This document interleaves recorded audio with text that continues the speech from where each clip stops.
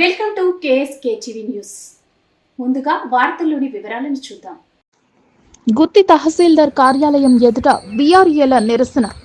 గుత్తి తహసీల్దార్ కార్యాలయం ఎదుట గురువారం గ్రామ రెవెన్యూ సహాయకుల సంఘం నిరసన చేపట్టింది. ఈ సందర్భంగా బీఆర్ఎల్ సంఘ అధ్యక్షుడు సుధాకర్ మాట్లాడుతూ వీఆర్ఏలకు పే స్కేల్ అమలు చేయాలని, అర్హులైన వీఆర్ఏలకు వీఆర్ఓ, వాచ్మెన్, అటెండర్ మరియు డ్రైవర్లకు పదోన్నతులు కల్పించాలని, నామినీ వీఆర్ఏలను క్రమబద్ధీకరించాలని, వయస్సుతో సంబంధం లేకుండా చనిపోయిన కుటుంబాలకు ఉద్యోగం కల్పించాలని, రీసర్వేలో పాల్గొంటున్న వారికి టీఏడీఏ ఇవ్వాలని డిమాండ్ చేశారు. ఈ కార్యక్రమంలో వీఆర్ఏల అధ్యక్షుడు సుధాకర్, ఉపాధ్యక్షులు పెద్దన్న, సలహా అధ్యక్షులు నారాయణ స్వామి, క్రమశిక్షణ అధ్యక్షులు సుధాకర్ సభ్యులు పాల్గొన్నారు.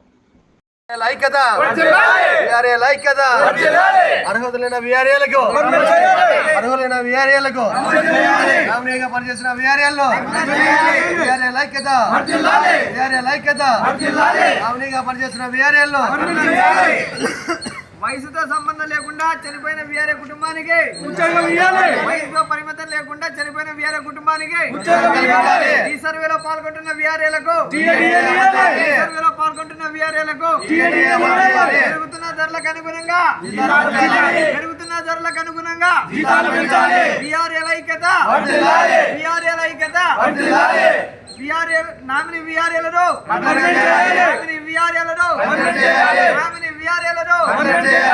వయసుతో పరిమితం లేకుండా చనిపోయిన వీఆర్ఏల కుటుంబానికి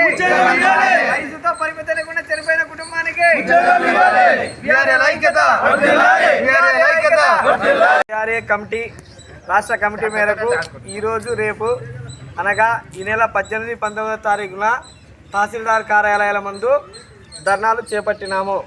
20వ తారీఖున ఆర్డీఓ ఆఫీసు కార్యాలయం ముందు, 22వ తారీఖున కలెక్టర్ కార్యాలయం ముందు ధర్నాలు చేపట్టడానికి సిద్ధంగా ఉన్నాము. మా డిమాండ్లు ముఖ్యమైనవి. వీఆర్ఏలకు ప్రమోషన్స్ ఇంతవరకు ఇవ్వలేదు. మాకు ఆ ప్రమోషన్లు వాచ్మెన్, అటెండర్ పోస్టులు ఇవ్వాలి.